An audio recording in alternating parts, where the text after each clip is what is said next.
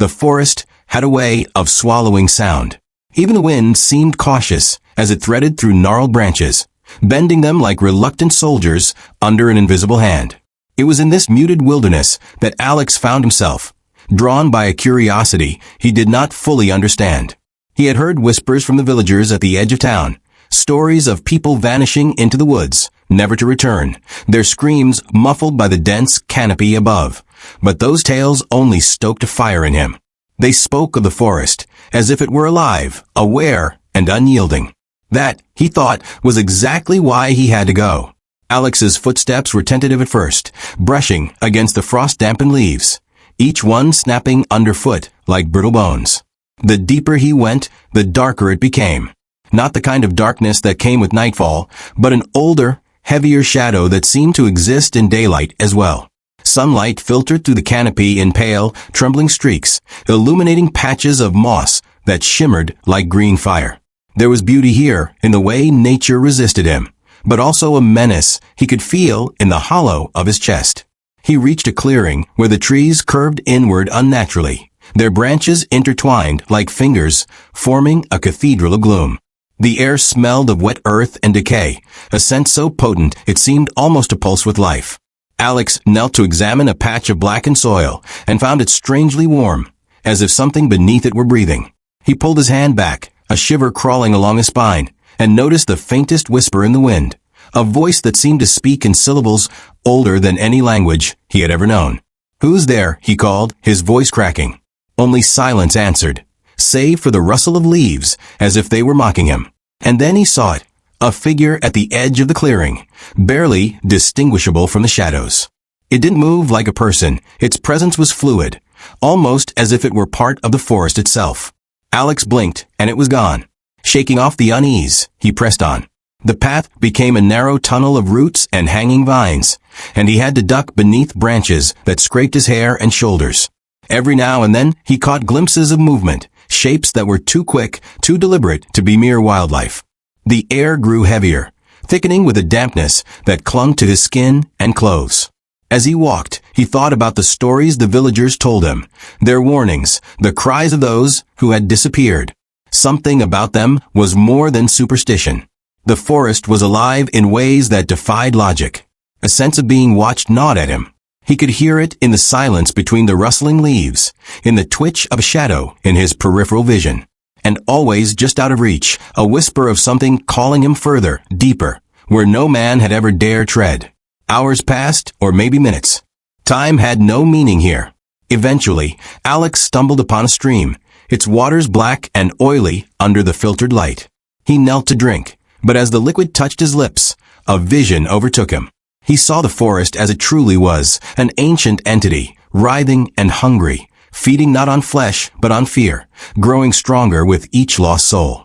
Trees bent in unnatural angles, roots pulsing like veins, leaves whispering secrets older than human memory.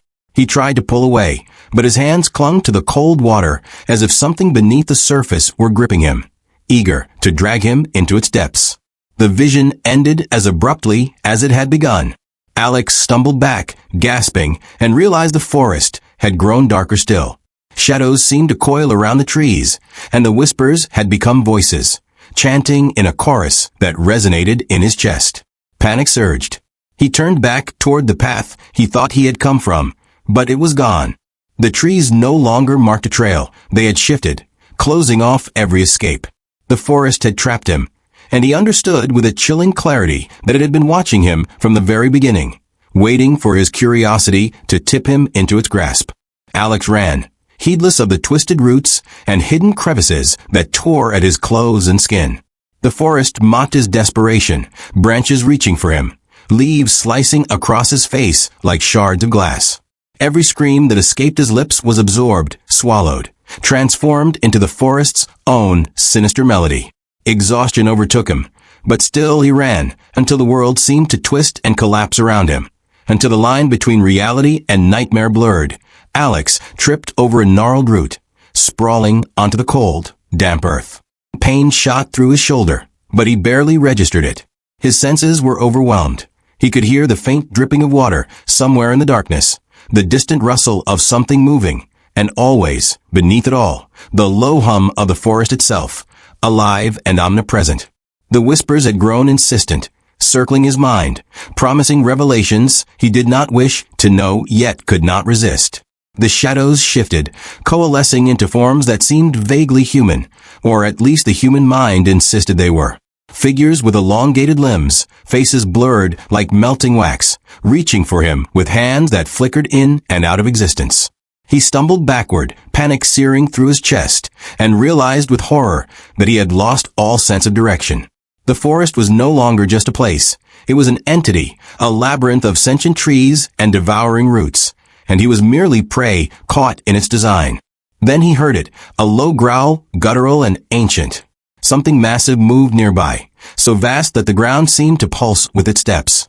Alex froze, heart hammering, as two yellow eyes pierced the gloom, unblinking and unrelenting. The figure stepped forward, not a man, not an animal, but a fusion of both, a creature forged from the forest's darkest imaginings. Its skin was bark-like, mottled with moss and fungus, its fingers tipped with jagged claws that scraped the earth. It tilted its head, as if curious, not aggressive, yet the weight of its gaze threatened to crush Alex's mind. Why am I here?" Alex whispered, voice trembling. The creature's response was not spoken, but felt, a wave of understanding that pressed against his skull. The forest demanded acknowledgement, a recognition of its sovereignty over all who dared intrude. Fear, curiosity, guilt, desire, they were the forest currency, and Alex had paid dearly. He turned and ran again, weaving through the twisted undergrowth. The air grew colder, stinging his lungs with each desperate inhale. Fog began to rise from the ground, thick and suffocating, curling around his legs, slowing him down. Shapes moved within it. Hands, faces, creatures too malformed to name.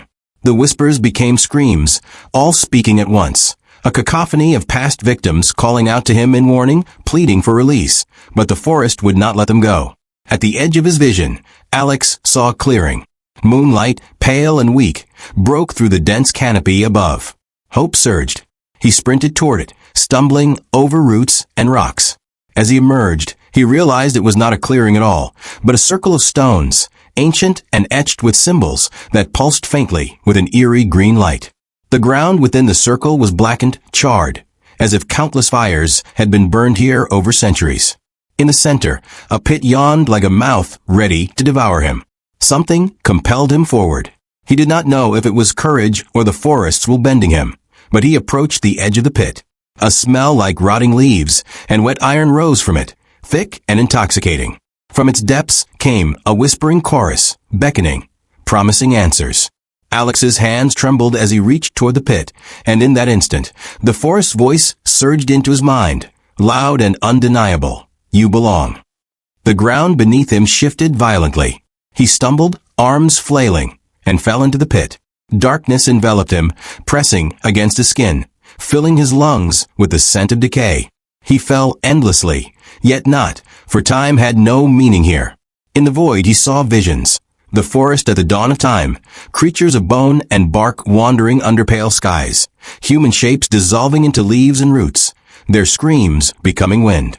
He saw himself, small and fragile, becoming part of it, his curiosity and fear feeding its growth. When he finally touched the ground, he was no longer alone. Figures emerged from the shadows, faces familiar yet distorted. Villagers, explorers, wanderers who had vanished over the centuries.